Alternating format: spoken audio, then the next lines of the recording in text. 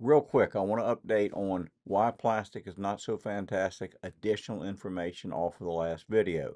Real quick, remember we talked about this as brand new.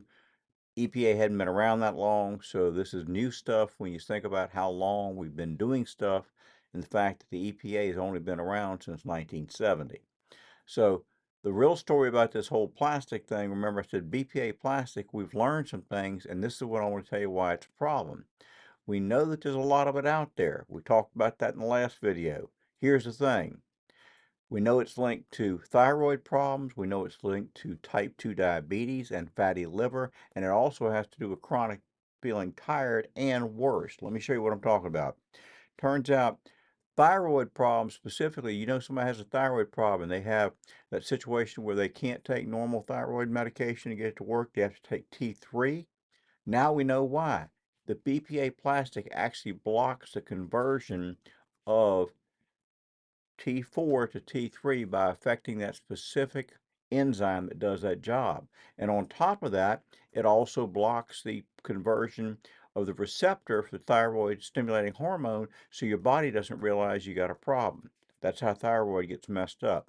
If you want to know how to fix it, obviously let me know. I'll give you a hand. Other thing, when we talk about molecular factors, we now know for a fact type 2 diabetes is actually made in part in some people with high effects of BPA plastic. Who would have thought this?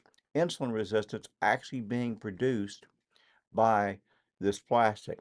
So it's not necessarily always your blood sugar. It can be the factor of BPA plastic. Also, Prop 65, which is California, been doing this for years, telling us things. BPA plastic, they said, is linked into certain types of cancers.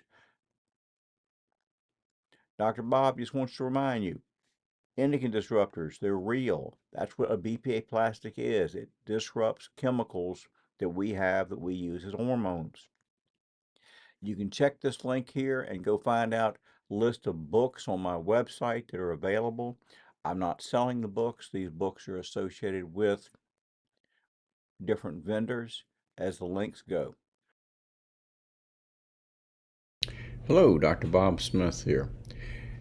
It's amazing when you think about it how much information has changed and developed over the last year, 5 years, 15 years, 50 years that point to the understanding of how nutrition as a science and specifically the interplay between us and our bacteria in our intestines and all of our genes and those bacterial genes either upregulate and produce things that make us exceedingly healthy or play a part in making us not so healthy.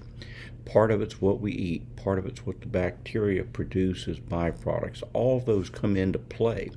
And the only education we can actually use now to help ourselves literally is the education that gives us a background that lets us understand how this works and do it in a way that we can use it in our own daily lives. That's what I try to give people an opportunity to understand, so they have a foundation to understand when they're making choices about food, about supplements, about anything when it comes relating to their health and activities, so they know up front that this is going to be a good or great idea for me for the long term to keep me in better shape and feeling better. These are the sort of problems we face in addressing and trying to get answers on how to be healthy.